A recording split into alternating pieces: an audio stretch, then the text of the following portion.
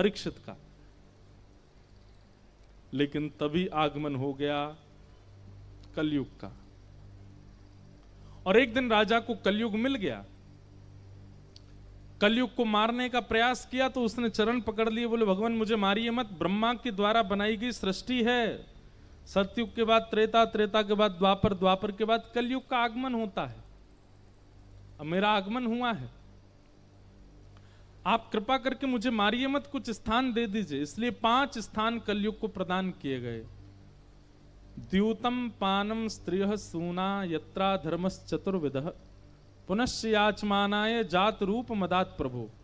ये 5 कलयुग के स्थान हैं। सबसे पहला स्थान जुआ, दूसरा स्थान मद्यपान और भक्ष सेवन, तीसरा स्थान पर स्त्री पर पुरुष संग, चौथा स्थान हिंसा, और 5वां स्थान है बिना परिश्रम के कमाया गया धन। इन 5 स्थानों पर कलयुग का निवास है। अगर इन 5 में से कहीं भी आपका प्रवेश है तो कलयुग के चपेटे में आने से आपको कोई नहीं रोक सकता। और इन 5 स्थानों में यदि आज तक आप कहीं प्रवेश कर चुके हैं और अब निकलना चाहते हैं तो केवल एक आश्रय है, नाम। ठाकुर जी का नाम ही आपको वहां से निकाल सकता है। जैसे कई बार आपका अपराध नहीं था लेकिन फिर भी आपको पुलिस ने पकड़ लिया, पकड़ करके आपको ले गई, बोले कि चलो जेल की हवा खानी पड़ेगी। तभी आपने क्या कहा, बोले एमएलए जो हैं वो हमारे चाचा जी लगते हैं। अच्छा बात कराओ। जैसे ही आपने बात कराई तो क्या हुआ, अच्छा जी सर अभी छोड़ रहे हैं, तुरंत छोड़ दिया। ठीक वैसे ही जब आप इन 5 स्थान यानी कि कलयुग के इन स्थानों में फंस जाएंगे, ये मैंने आज की भाषा में समझाते क्योंकि युवा आते हैं ना कदम, उनको समझ आवे। द्यूतम यानी कि जुआ। आजकल आपको पता नहीं, आप लोग तो कथा में बैठे हैं इसलिए हमको लगता है कि जुआ कौन ही खेलता होगा, पर इतनी मात्रा में जुआ खेलते हैं लोग। हमें क्रिकेट बहुत अच्छा लगता है और मैं खेलता भी हूं, लेकिन उसमें एक ही चीज हमको पीड़ा देती है कि वहां पर भी ये सब चलता है। जहां जुआ आ जाता है वहां पर फिर कलयुग का प्रवेश निश्चित हो जाता है। द्यूतम। दूसरा पानम। आप अपनी जीव पर यदि ऐसी कोई भी वस्तु धारण करते हैं जो जीव के लिए नहीं बनी है, मदिरा पान, भक्ष सेवन आदि आदि, ये सब जो भी जीव के रसायन हम लोग ले रहे हैं केवल अपने स्वाद के लिए, इन सब के सेवन से कलयुग का प्रभाव होता है। और कलयुग का प्रभाव क्या है, बुद्धि भ्रष्ट कर देता है, बुद्धि भ्रष्ट हो जाती है। द्यूतम पानम। फिर तीसरा आता है परिस्त्री पर पुरुष संग, उसमें भी कलयुग का निवास है। चौथा स्थान आता है वे वजह की हिंसा।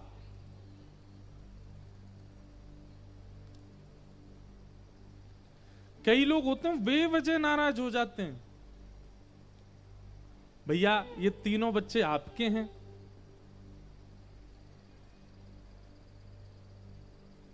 बस इसी बात पे ही नाराज हो गए। 4 होते तो तू क्या कर लेता। ये भी कोई नाराज होने वाली बात है।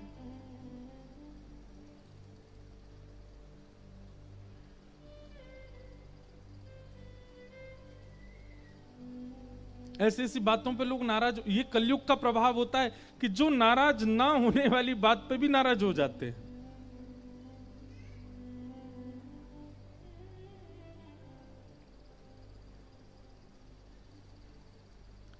और 5वां स्थान क्या है, बिना मेहनत के कमाया गया धन। जहां पर मन में हमेशा यही चलता रहता है, वहां प्रॉपर्टी खरीद लेते हैं, उसको किराए पे दे देंगे, किराए का ही आता रहेगा लाख रुपया घर पे, कुछ नहीं करना, बैठे रहेंगे। वहां पर ऐसा कर लेते हैं, उसका घर पे आता, मेहनत ना करनी पड़े, बिस्तर से उठना ना पड़े और बैंक अकाउंट भरता रहे। ऐसी प्रवृत्ति और इच्छा रखने वाले लोगों पर भी कलयुग का प्रभाव होता है। भैया परिश्रम अपनी स्थिति से ज्यादा करिए और तब धन कमाइए। उससे धन की पवित्रता होती है, और धन अगर अपवित्र हो गया ना तो फिर वो धन सर्वनाश करता है, नाश की बुद्धि आ जाती है चित्त में। बहुत धन आया, आज मान लीजिए आपकी सैलरी मिली, या फिर आप जो व्यापार करते हैं उसमें आपको करोड़ों का फायदा हुआ। करोड़ों का फायदा होते ही सबसे पहले बुद्धि में क्या आता है? अगर सबसे पहले बुद्धि में आता है स्विट्जरलैंड जाएंगे, अब तो टिकट बुक करवाओ, एजेंट को फोन कर रहे हैं वीजा कैसे लगेगा बताओ हमको, तो टिकट करवाओ, जाना है घूमने। समझो ये कलयुग की वजह से आया है धन। और जैसे ही धन का लाभ होते ही मन में पहली विचारधारा क्या आती है? महाप्रभु जगन्नाथ जी का महाप्रसाद अर्पित करेंगे, ध्वजा जी अर्पित करके आएंगे, वृंदावन जाएंगे, संत सेवा करके आएंगे, गोवर्धन की परिक्रमा लगाए, अकेले नहीं लगाएंगे, अपने सब रिश्तेदारों को लेकर के जाएंगे, खूब बढ़िया परिक्रमा लगा के आएंगे, इतना बढ़िया फायदा हुआ है इसको ठाकुर जी की सेवा में लगा। ऐसी विचारधारा आ रही है चित्त में। मतलब अब मैं तो अपनी योग्यता से थोड़ा बहुत बता रहा हूं, सीधी बात, धन की बढ़ोतरी पर आपका चित्त किस स्थान पर जाता है उससे पता चलता है कि आपका धन जो आया है वो कलयुग के प्रभाव से आया है, ये सामान्य। और ये केवल यही नहीं है, सामान्य बात होती है, बच्चा पास हो गया, फर्स्ट रैंक आती है, पार्टी कब दे रहा है? और पार्टी के रूप में क्या बोल रहा है? बोल घर में कीर्तन होगा आ जाना। तो समझो कि भाई भगवत कृपा, तो श्याम बाबा का कीर्तन हो रहा है, ठाकुर जी का कुछ उत्सव हो रहा है, उत्सव करेंगे, उत्सव में आ जाना, महाप्रसाद बनाएंगे, घर पे केला के पत्ता पे बढ़िया परोसेंगे, आ जाना। तो समझो कि भगवत कृपा है। मतलब अपने जीवन में आने वाली हर स्थिति को आप भगवत संबंध से जोड़ते हो तो ठाकुर जी कृपा है। लेकिन कहीं भी उसमें विषय भावना के प्रति इच्छा प्रकट होती है तो वो धन कलयुग के प्रभाव से आया है। एक व्यक्ति के अकाउंट में गलती से 50 लाख रुपए आ गए, हमारी कथा कराई उसने। और जब मैं उनके घर गया, अंतिम दिन बोले महाराज जी हमारे घर चलो। तो जब मैं घर गया तो घर जाकर के देखा वो किराए के कमरे में रहते हैं।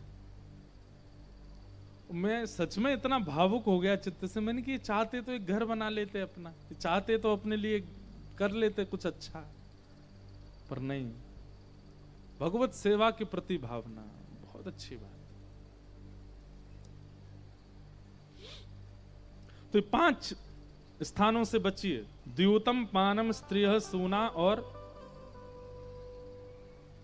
जात रूप मदात प्रभो, बिना मेहनत के कमाया गया धन। 5 स्थान दे करके राजा परीक्षित स्वयं भटक गए, शमीक ऋषि का अपमान कर दिया, श्रृंगी ने 7 दिन में मरने का श्राप दे दिया। राजा परीक्षित को 7 दिन में मरने का श्राप लगा। अपने पुत्र जन्मेजय को राज्य गद्दी पर बिठा करके स्वयं गंगा के तट पर चले गए।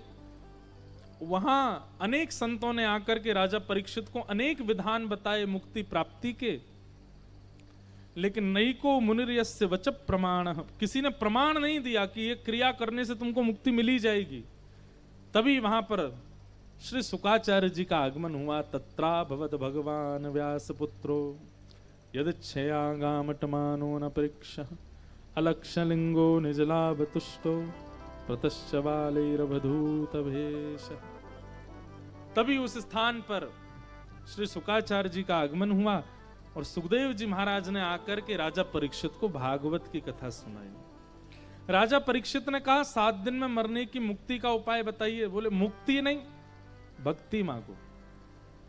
मुक्ति का मतलब होता है मृत्यु के बाद भगवान का दर्शन, और भक्ति का मतलब होता है जीते जी भगवान का दर्शन।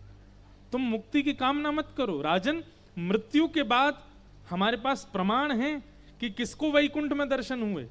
सब लोग इधर देखो, आपने सूरदास जी का चरित्र सुना, क्या सूरदास जी ने मृत्यु के बाद भगवत दर्शन किया? नहीं, जीवित अवस्था में किया। हम लोग मीराबाई का चरित्र सुनते हैं, जीवित अवस्था में ठाकुर जी का दर्शन होता है। हम लोग चैतन्य महाप्रभु का चरित्र सुनते हैं, हम लोग कर्मेती बाई, कर्मा बाई का चरित्र सुनते हैं। सबने जीवित अवस्था में भगवत दर्शन किया, तो फिर हमारे चित्त में ये स्थिति क्यों है कि मृत्यु के पश्चात ही भगवत दर्शन होना चाहिए? नहीं, जीवित अवस्था, और वो संभव केवल भागवत से है। भागवत ऐसा निर्माण कर देगी, भागवत ऐसे चित्त वृत्ति बना देगी कि जीवित अवस्था में भगवत साक्षात्कार संभव है।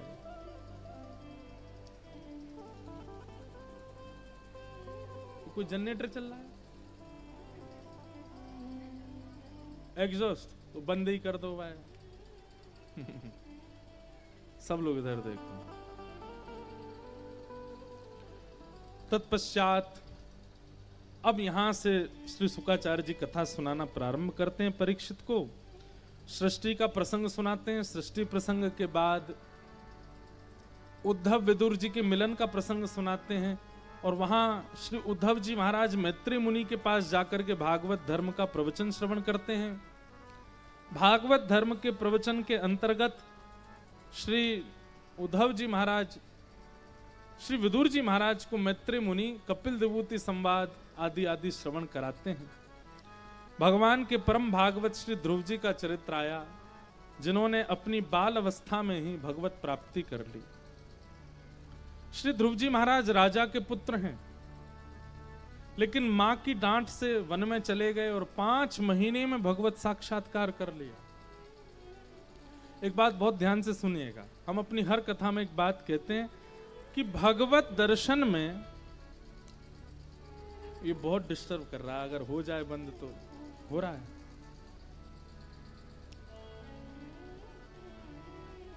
बहुत सावधानी से सुनो।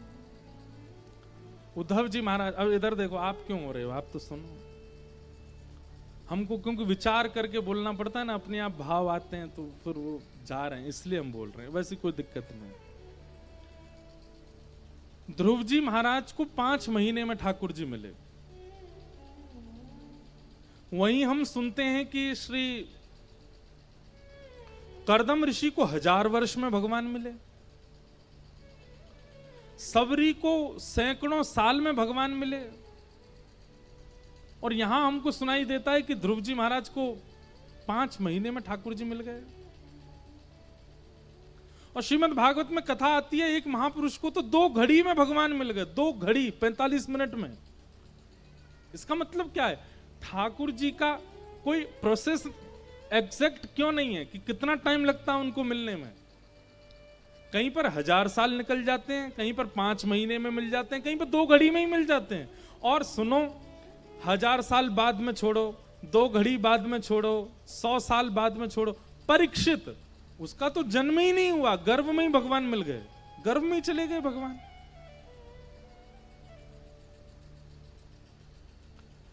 एग्जैक्ट प्रोसेस क्या है ठाकुर जी के मिलन का? वो मिनटों में मिलते हैं, घंटों में मिलते हैं, दिनों में मिलते हैं, महीनों में मिलते हैं, सालों में मिलते हैं, कल्पों में मिलते हैं, युगों में मिलते हैं। कब मिलते हैं ठाकुर जी? इसका स्पष्ट उत्तर केवल एक है, आपकी उत्कंठा पर निर्भर करता है कि ठाकुर जी कब मिलेंगे। उत्कंठा समझते हैं? व्याकुलता, ये मिलन की व्याकुलता। मीराबाई कहती हैं, दर्शन को मोहे चाव घनेरो, दर्शन को मोहे चाव घनेरो, कब मिल मीत सवेरा, ओ कब मिल मीत सवेरा। दर्शन को मोहि चाव घनेरो, चाव मतलब एक्साइटमेंट। लिख लीजिएगा, आप जितने ज्यादा उत्कंठित हैं, जितने ज्यादा चाव में हैं, जितने ज्यादा एक्साइटेड हैं, उतनी जल्दी ठाकुर जी मिलेंगे। हां, परीक्षाएं बहुत होंगी, ये बात याद रखिए, विपरीतताएं बहुत आएंगी, रुकावटें आ सकती हैं, लेकिन अपने चाव को डगमगाने मत देना। नाम जब कम हो जाए और आपके साधन कम हो जाए, पर आपकी जो उत्कंठा है मिलने की, वो कम नहीं होनी चाहिए। ठाकुर जी के मिलन में उत्कंठा आवश्यक है।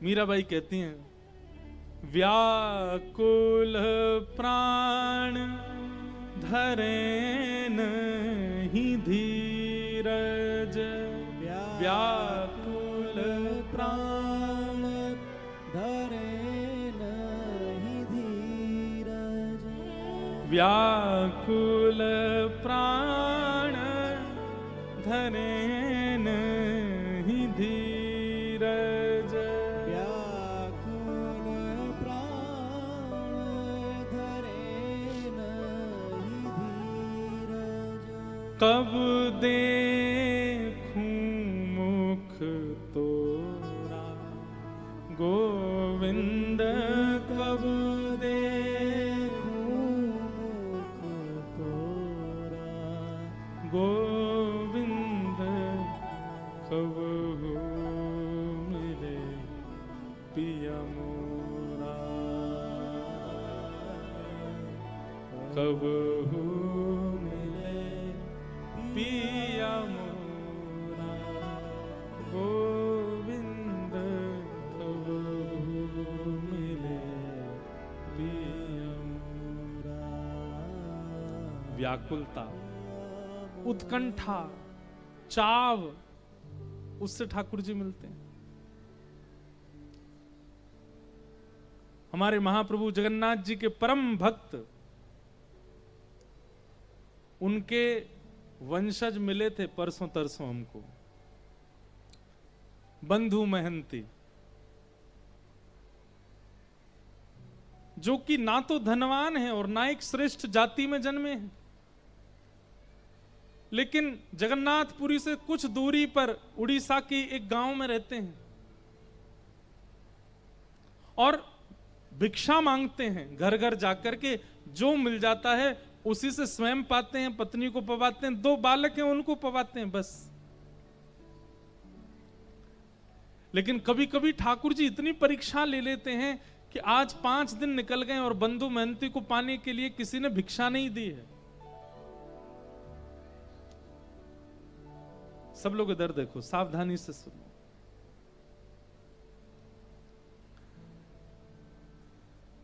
पत्नी व्याकुल है और पता क्या करते हैं, बंधु महंती का नियम है, भिक्षा लेकर के आते हैं घर घर से या बैठ जाते हैं रोड के किनारे, जो दे देता है उसको ला करके पत्नी बच्चे और स्वयं पा लेते हैं। और पवाने के पीछे शर्त रखते हैं, क्या? पाने के बाद नाम जप करोगे, ठाकुर जी का स्मरण करोगे, भजन करोगे, कीर्तन करोगे, करताल बजा करके अपनी पत्नी बच्चों के साथ कीर्तन करते हैं। 5 दिन हो गए, अन्न नहीं पाया तो पत्नी बोली, अब तो अन्न मिला नहीं तो फिर कीर्तन भी नहीं होगा। अन्न मिलेगा तो कीर्तन होगा ना, कुछ खाने को मिलेगा, पेट में जाएगा तभी तो स्वर निकलेगा, तभी तो ताल बजेगी, तभी तो नृत्य होगा, कीर्तन रुक जाएगा। अब बंधु महंती को इस बात की चिंता नहीं है कि अन्न नहीं मिल रहा, उसको इस बात की चिंता कीर्तन नहीं करेगी। सब जगह जाते हैं, चरणों में गिर गिर करके कहते हैं कि मुझे कुछ दे दीजिए, कुछ घर में बनेगा, ठाकुर जी को निवेदित करेंगे तो फिर कीर्तन नहीं रुकेगा। लेकिन आज ठाकुर जी ने ऐसी परीक्षा ली बंधु महंती जी की कि सप्ताह निकल गया और किसी ने कुछ नहीं दिया।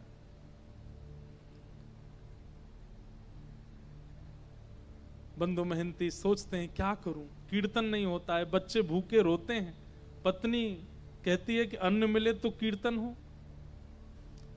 रात में मन बनाते हैं, पत्नी को उठाते हैं, बोलते हैं सुनो, मैंने तुम्हें आज तक बताया नहीं, मेरे एक मित्र हैं। अच्छा, बहुत धनवान हैं, बड़े सुंदर हैं, खूब सारे जेवर पहन के घूमते हैं और लाखों करोड़ों लोग उनके चरणों में प्रणाम करते हैं। अच्छा, तुम्हारे मित्र हैं? बोले हाँ मेरे मित्र हैं, मुझे अपना सखा मानते हैं वो।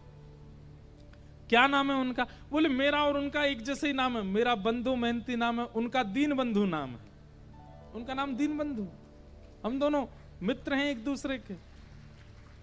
अच्छा, दीन बंधु नाम है, कहाँ रहते हैं वो? देवी, मेरा मन है कि मैं और तुम और बच्चे सब उनके पास चलें, वो हमें भोजन जरूर खिलाएंगे। भोजन का नाम सुनती पत्नी इतनी खुश हो गई जैसे पति आज के डेट में गए डायमंड देने को बोल दे या हीरे जवाहरात देने को बोल दे, खूब सारी ज्वेलरी।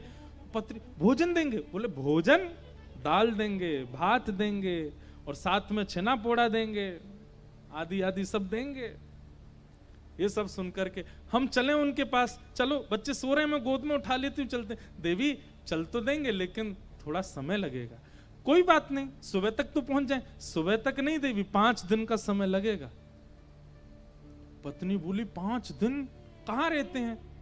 बोले एक नीलाचल धाम है जगन्नाथपुरी, वहां रहते हैं, मेरे दीन बंधु वहां रहते।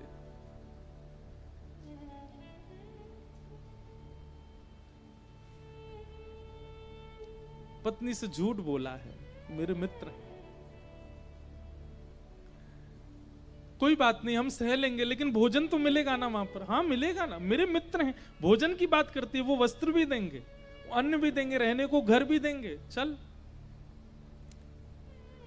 और अपनी पत्नी को लेकर के जा रहे हैं और रास्ते भर जगन्नाथ जी से प्रार्थना करते जा रहे हैं, हे महाप्रभु मुझे कुछ नहीं चाहिए, तो मेरी लाज बचाना। मैंने इसको बोला है कि आप मेरे मित्र हो, कहीं आप मित्र बनकर के नहीं मिले तो इसके मन में अविश्वास हो जाएगा, और इसके मन में अगर अविश्वास हुआ नाथ तो मैं क्या करूंगा। अब इसी बहाने से अपनी पत्नी बच्चों से कीर्तन कराते हैं। अब तो 3 ही दिन में पहुंच जाएंगे, कीर्तन करो। कीर्तन करते हैं, जबरदस्ती करवाते हैं, लेकिन ये भी बंधुओं एक प्रकार से भगवत भाव है कि आप स्वयं तो भगवत भजन करते हैं पर अपने मित्रों से और संबंधियों से भी भगवत भजन कराते हो, ये भी एक कृपा है। ठीक है, 1-2 बार कुभाव से करेंगे तो भी चलेगा, करेंगे तो सही। अपनी पत्नी बच्चों को लेकर के बंदो मेहनती पहुंच गए जगन्नाथपुरी। 5 दिन हो गए चलते चलते, कुछ खाया पिया पिछले 7 दिन से नहीं खाया, 5 दिनों। बच्चे भूखे प्यासे तड़प रहे हैं, तो कहीं से नरम पत्ते तोड़ के ले आते हैं, कुछ ऐसे सामान मिल जाता है तो बच्चों को खिला देते हैं। जैसे ही जगन्नाथपुरी पहुंचे, दूर से ही नील चक्र दिखाई दिया, ध्वजा लहरा रही है महाप्रभु जगन्नाथ जी की। देख करके अपनी पत्नी बोले, देखो वो जो ध्वजा दिख रही है ना? बोले हाँ, उसी के नीचे ही मेरे मित्र बैठते हैं, वो उनके घर की ध्वजा है। बस हम तो, बच्चे तो नाचने लगे, कूदने लगे, पत्नी भी आनंदित हो गई। लेकिन महाप्रभु जगन्नाथ जी का आज तक केवल कथाओं में श्रवण किया था, पहली बार देखने जा रहे हैं बंदो मेहनती। ध्वजा देख करके ही मूर्छित हो गए। पत्नी ने बड़ी मुश्किल से होश में लाए। अब तो ज्यों ज्यों मंदिर पास आ रहा है त्यों त्यों नृत्य कर रहे हैं, और बार बार नृत्य करते करते घबरा जाते हैं, और घबरा कर कहते हैं, महाप्रभु जी आप याद है ना, मैंने मित्र बताया है आपको, किसी और को नहीं दिखाना है, मुझे कोई प्रचार नहीं करवाना, कि आप मेरी पत्नी को बस दिख जाना कि आप मेरे मित्र हो। और दिखना भी नहीं, मैं उसको बोल दूंगा आप बहुत व्यस्त रहे, तो बस भोजन प्रसाद पवा देना, इतना करवा देना, बस और कुछ नहीं चाहिए। महाप्रभु जी के मंदिर पहुंचे, जाने कितनी बार ठाकुर जी की स्मृति में बेहोश हो गए। जगन्नाथ जी के मंदिर में प्रवेश किया, महाप्रभु जी के सामने जैसे ही पहुंचे, आहा, जगन्नाथ स्वामी नयन पथगामी भवतु में। महाप्रभु जी के जब विशाल नेत्रों का दर्शन और ये आजानुलंबित भुजाओं का दर्शन किया, बंदो मेहनती नाचने लगे, दौड़ने लगे भीतर की ओर, मानो जैसे महाप्रभु जी बुला रहे हो। देख, मैंने कही थी ना मेरे मित्र हैं, मुझे देखती देख भुजा खड़ी कर ली इन्होंने, कह रहे आजा गले मिल ले। हाँ भुजा तो जाओ मिल लो, अभी नहीं ना, अभी वस्त्र नहीं धुले मेरे, अच्छे स्वस्थ वस्त्र पहनूंगा, ना धो के तैयार, तब जाऊंगा भीतर। एक लाज तो बचा ली ठाकुर जी, अब दूसरी कुछ प्रसाद पवा देना। ऐसे बंदो मेहनती रात भर बैठे रहे मंदिर के द्वार पर, किसी ने भोजन नहीं पूछा। पत्नी बोली, आप तो कह रहे थे कि आपके मित्र भोजन पवाएंगे, दाल भात और जाने क्या क्या आप हमको प्रलोभन दे रहे थे। अरे तू देखा नहीं कितनी भीड़ थी अंदर, कितने लोग बैठे थे वहां पर, अभी सबसे मिल रहे हैं, वो सुबह तक हो जाएंगे, कराएंगे ना हमको। वहीं बैठ करके चिंतन करते जा रहे हैं महाप्रभु जी, कीर्तन करो कीर्तन करो। और तुम पे तो घूम फिर के कीर्तन आता है, अब तो हम कीर्तन तभी करेंगे जब महाप्रसाद मिलेगा। अर्धरात्रि का समय सब चले गए और बंधु महंती केवल हाथ जोड़ करके रुदन करते हुए ठाकुर जी से प्रार्थना कर रहे, नाथ लाज बचा।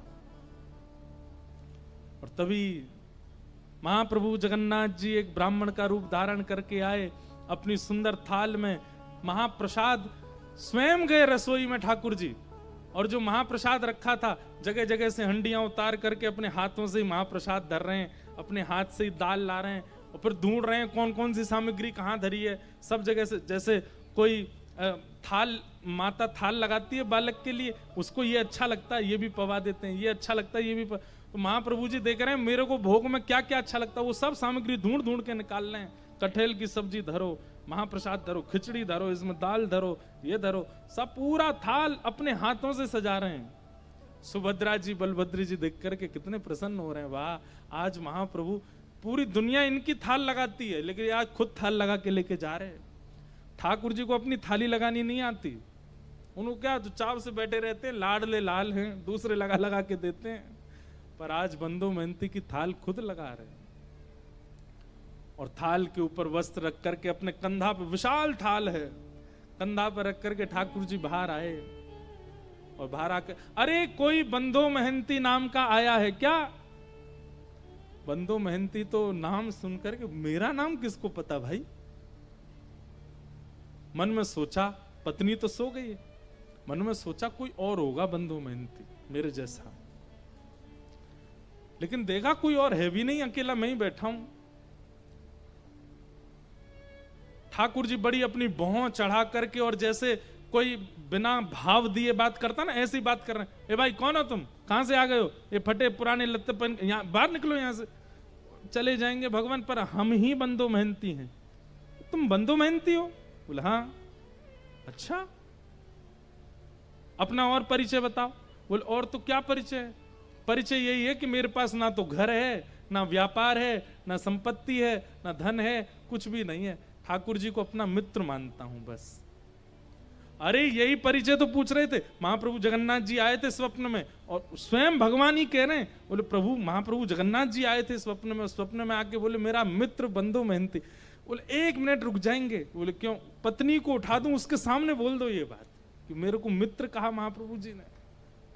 अपनी पत्नी को उठा रहे हैं, पत्नी को उठाया, पत्नी बोली क्या हुआ? बोले देख महाप्रसाद लेके खड़े हैं। एक बार दोबारा बोलेंगे ठाकुर जी ने स्वप्न में क्या कहा? बोले ठाकुर जी स्वप्न में आके बोले हमारा मित्र बंधु महंती बैठा है बाहर, उसको महाप्रसाद देख के आओ। सुन करके अब महाप्रसाद देख करके तो बच्चे पत्नी खुश हुए, लेकिन बंधु महंती तो ये शब्द सुनकर के ही प्रसन्न हो गया कि ठाकुर जी ने मित्र मान लिया। वहीं रोने लगा, ब्राह्मण के चरण पकड़ लिए, बोले सुनिए मेरी तो योग्यता नहीं मैं उनको जाकर के प्रणाम करूं, आपने मेरी लाज बचा ली, पत्नी मेरी तरफ से दंडवत कर देना, एक बार हृदय से लगा लेना। बोले कि समय मिलेगा जगन्नाथ जी खुद ही बुला लेंगे तुमको भीतर, महाप्रसाद पाओ। और सुनो ये थाल बहुत महंगा थाल है, इसको व्यवस्थित ऊपर पहुंचवा देना मंदिर में। जी जी हम पहुंचवा देंगे। अब महाप्रसाद आया, बच्चों ने पेट भर के पाया, पत्नी ने पाया, बंधु महंती ने पाया।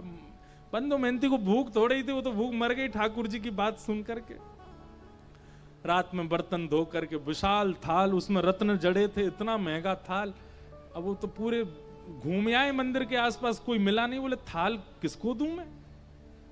ठाकुर जी की लीला, ना द्वार पर कोई है, ना कहीं कोई स्थान है रखने का।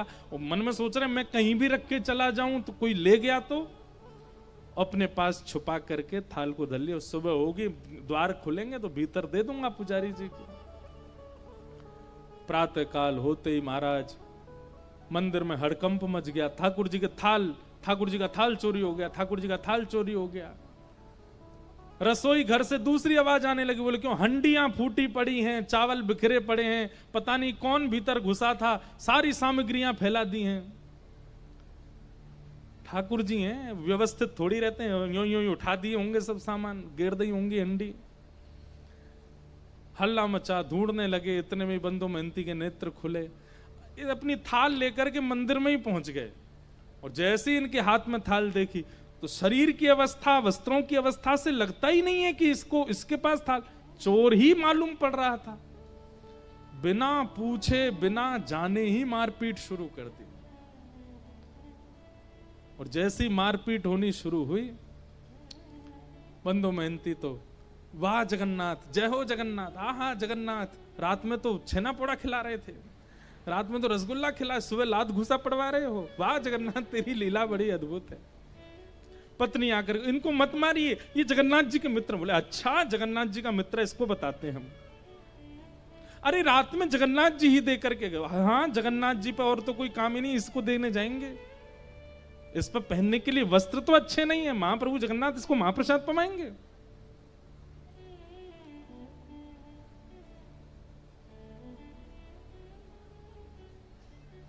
इतना मारा कि बंधु महंती बेहोश तो नहीं हुए, पर ठाकुर जी के ध्यान में चले गए। बोले नाथ आपकी लीला, श्रीमद् भागवत में गोपियां कहती हैं, मैवम विभोर हति भवान गदितम नृशंसम संत्यज्य सर्व विषयाम तव पाद मूलम। हे ठाकुर जी, सब चीज छोड़ करके भक्त आपकी शरण में आता है, लेकिन आप परीक्षा लेने से बाज नहीं आते, आप बहुत परीक्षा लेते हो। बंधु महंती चिंतन कर रहा, वाह नाथ आप चाहो तो सब कुछ देते हैं और आप चाहो तो मारते पीटते भी। ठाकुर जी तुरंत दैतापति राजा के स्वप्न में गए और कहे, बोले मेरा परम सखा बंधु महंती यार, तुम्हारे लोग उसको मार रहे हैं, अभी जाओ जाकर के उन लोगों को रोको और उन सबको बताओ। उनका दिमाग नहीं चलता, खुद वो स्वयं नहीं विचार कर सकते। जब मंदिर का ताला नहीं टूटा है, मंदिर के अंदर के सांकर तक नहीं खुली है, तो फिर भीतर से थाल बाहर कैसे चला गया? अरे मानव को ताला तोड़ना पड़ेगा, सांकर खोलनी पड़ेगी, तभी वो किसी सामग्री को चुरा सकता है। पर मेरे लिए कोई द्वार नहीं होता, कोई ताला नहीं, मैं जहां चाहूं जा सकता हूं। बता दो, थाल वो नहीं लेके आया, मैं दे के आया, मेरा मित्र बंधु महंती आया। राजा ने आकर के सबको रोका। बोले क्यों मार रहे हो? इन्होंने बोले थाल चुराया, ताला खुला हुआ मिला था क्या? बोले नहीं। बोले रसोई घर में सब सामग्री फैली थी। बोले रसोई के ताले खुले हुए? तो बोले नहीं। बोले भाई जब ताले ही टूटे नहीं तो फिर ये सामग्री बाहर कैसे आई? विचार किया तुमने? बोले स्वयं जगन्नाथ जी देख करके गए। जगन्नाथ जी की आज्ञा बता करके क्षमा मांगी और महाप्रभु जगन्नाथ जी ने आज्ञा कर दी। बोले आज से हमारे मंदिर में सब जो भी कुछ धन राशि आती है, जो भी, वो सब सेवा बंधु महंती को प्रदान करो, इनको हमारे मंदिर की सेवा दे दो। आज तक महाप्रभु जगन्नाथ जी के मंदिर की सेवा उन्हीं के वंशज करते आ रहे हैं। परसों तरसों हमें मिले थे, कोई उनके वंश के ही आए थे, भुवनेश्वर से मिल के गए। कैसे कृपालु है नाथ। परीक्षाएं तो बहुत लेते हैं, लेकिन अपने उत्कंठा को डगमगाने मत देना। बस जीवन में पड़ाव बहुत आएंगे, भक्ति मार्ग में रुकावटें बहुत आएंगी, विचलनता बहुत ज्यादा आवेगी, लोगों के द्वारा बहुत कुछ सुनना पड़ेगा, पर आप अपनी मिलन की जो वो भावना है उसको खत्म मत होने दो, वो यथावत रहने दीजिएगा। ध्रुव जी महाराज को 5 महीने में ठाकुर जी मिल गए और ठाकुर जी ने मिलकर के ध्रुव जी की स्तुति श्रवण करी। ध्रुव जी महाराज ने भगवान की पावन स्तुति गा करके चरणों में प्रणाम करके कहा, भगवान भक्ति मुहु प्रवहताम त्वयि में प्रसंगो भूयादनंत महताम अमलाशयानाम ये नांजसोल्वणुमुरु व्यसनम भवाब्धिम निश्चय भवत गुण कथामृत पानमत्त। हे नाथ, मुझे आपकी कथा का व्यसन हो जाए, कृपा करके ऐसा अनुग्रह कर दो। भगवान ने ध्रुव के ऊपर कृपा की। 36,000 वर्ष तक ध्रुव जी ने पृथ्वी पर राज्य किया। तत्पश्चात ध्रुव जी महाराज श्री भगवत धाम को प्रस्थान किए और भगवान ने उनको एक नवीन लोक बना करके दिया, जिसका नाम ही है ध्रुव लोक। वहीं पर श्री ध्रुव जी महाराज नित्य बैठ करके भगवान का आराधन और दर्शन करते हैं। बोलो भक्त वत्सल भगवान की जय। ध्रुव जी